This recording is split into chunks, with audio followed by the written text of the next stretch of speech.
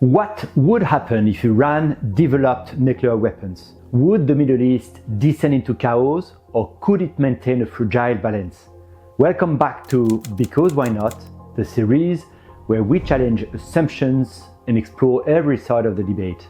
In our last episode, we examined the arguments justifying Iran's acquisition of nuclear weapons. If you haven't seen it yet, I encourage you to check it out. Today we're flipping the script to explore the other side. Why does the world oppose a nuclear Iran? Before we dive in, let's quickly recap some basics about Iran. Iran is located in Southwest Asia, bordered by the Persian Gulf to the south, Iraq and Turkey to the west, Afghanistan and Pakistan to the east, and the Caspian Sea to the north. It's a large country, almost 3 times the size of France, or roughly the size of Alaska. Religiously, Iran is predominantly Shiite Muslim, setting it apart from its Sunni majority neighbors like Saudi Arabia, the UAE, and Bahrain. This Sunni-Shiite divide, while rooted in a shared belief in Allah and recognition of the Prophet Muhammad, stems from disagreements over leadership succession after Muhammad's death.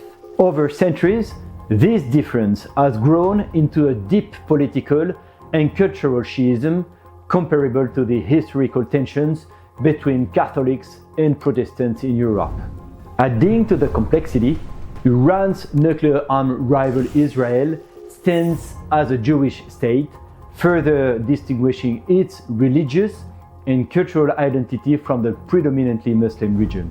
Historically, Iran, known as Persia, was one of the great powers of the ancient world. Though its influence has declined over the centuries, it has never abandoned its ambitions to regain its status as a dominant regional power. This context shapes not only its domestic policies, but also its relationships and rivalries on the global stage.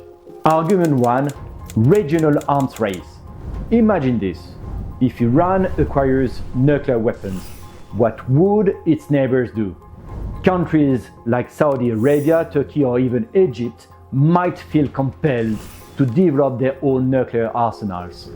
This could spark a dangerous nuclear arms race in one of the most volatile regions on Earth. The Middle East, already plagued by conflicts, could become a hotbed of nuclear proliferation.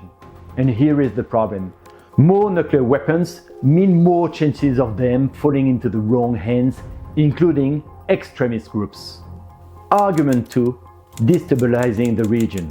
A nuclear Iran might not only deter its adversaries, but could also empower it to expand its influence unchecked.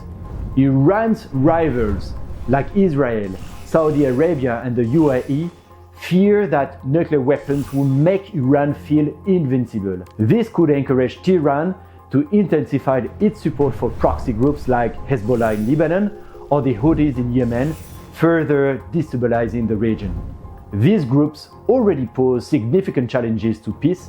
Imagine if their sponsor had nuclear weapons backing them. And then there is the existential question about Israel. In 2005, during a conference titled "The World Without Zionism," then President Mahmoud Ahmadinejad declared that Israel must be wiped off the map. While the exact translation of this statement has been debated, it undoubtedly sent shockwaves through the region and beyond. This naturally brings us to the argument 3, with the risk of miscalculation. I recently discussed the ongoing conflict between Iran and Israel in another video, but imagine a confrontation between these two now nuclear armed countries. One side misinterprets the action of the other, and a single mistake could lead to a catastrophic conflict. Unlike during the Cold War, where clear communication channels existed between the United States and the Soviet Union,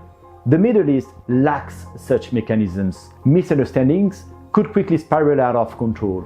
So while Iran's pursuit of nuclear weapons might seem rational from its perspective, the global and regional consequences are hard to ignore. A nuclear Iran could trigger a dangerous arms race, destabilize an already fragile region, and increase the risk of global conflict. But what do you think? Are the risks of a nuclear Iran too great, or can they be managed? Share your thoughts in the comments below. Merci et à bientôt.